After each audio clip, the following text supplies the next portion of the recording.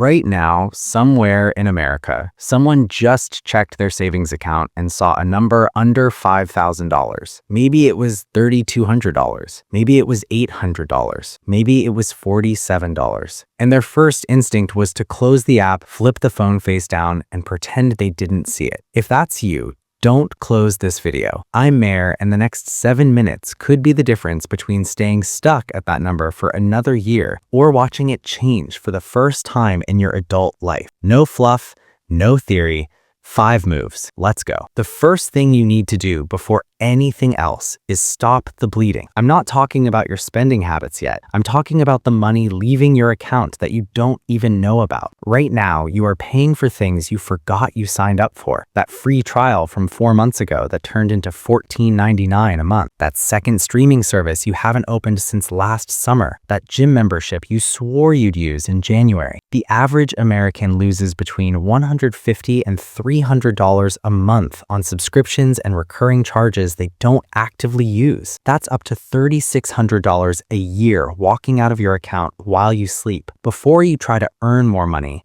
you need to stop giving away the money you already have tonight, not tomorrow, tonight. Open your bank statement and go through every single recurring charge. Cancel anything you haven't used in the last 30 days. Not pause, cancel. You can always resubscribe later, but right now that money needs to stay in your pocket. Move number 2, open a second bank account and make it invisible. Here's what happens when you only have one account. Every dollar you earn sits in the same place as every dollar you spend. Your paycheck lands on Friday, and by Wednesday it's been picked apart by rent, gas, food, and I deserve this purchases. Saving money in the same account you spend from is like trying to diet while living inside a bakery. The temptation is sitting right there every time you check your balance. Open a separate savings account at a different bank, not the same bank, a completely different one. Set up an automatic transfer the day after your paycheck hits, even if it's $50. Even if it's $25, the number doesn't matter right now. The habit matters. What makes this work is the friction. When your savings account is at a different bank, it takes 2 to 3 business days to transfer money back. That delay is your protection.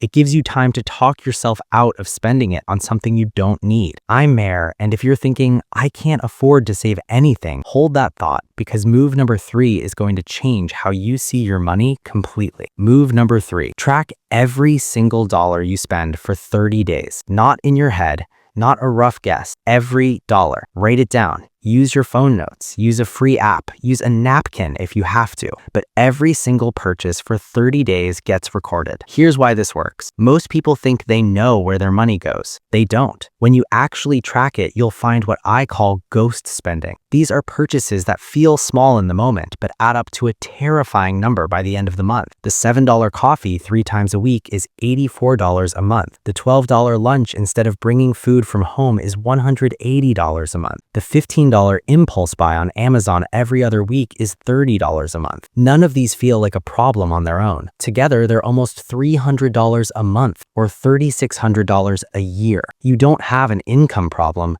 you have a visibility problem. You can't fix what you can't see. 30 days of tracking will show you exactly where your money actually is going, and I promise you, it will shock you. Move number 4, build your first $1,000 like your life depends on it. Because honestly, it kind of does. The Federal Reserve published data showing that 56% of Americans cannot cover an unexpected $1,000 expense without borrowing money. That means more than half the country is one flat tire, one emergency room visit, or one broken phone away from going into debt. When you have less than $5,000 saved, your first goal isn't investing. It's not building a portfolio. It's not watching videos about compound interest. Your first goal is $1,000 in that separate bank account you opened in Move 2. That $1,000 is your shield. It's the difference between a bad week and a financial spiral. It's the barrier between an inconvenience and a crisis. Use the money you freed up from canceling subscriptions in Move 1. Add the ghost spending money you identified in Move 3. Stack it aggressively. Sell things you don't use anymore. Take on one extra shift. Do whatever you need to do to hit that $1,000 as fast as possible. Once that number is sitting in your account,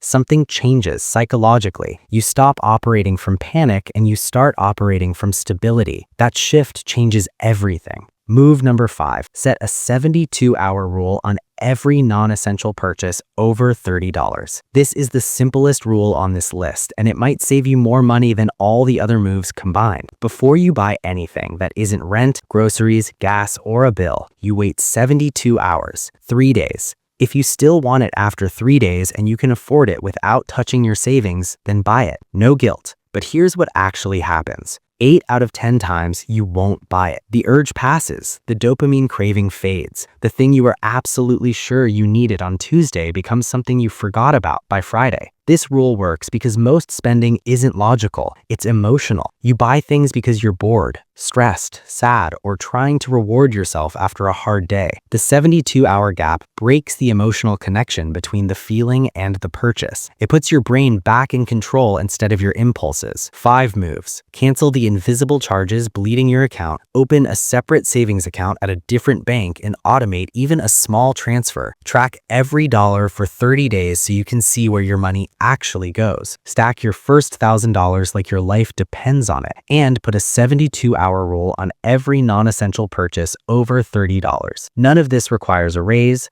None of this requires a side hustle. None of this requires you to make more money. It requires you to keep more money you already make. That's the part nobody emphasizes enough. Building wealth doesn't start with earning more. It starts with leaking less. If you made it this far, you're already ahead of most people who will scroll past this and change nothing. Share this with someone who needs it tonight, not next week, tonight. I'll see you in the next one.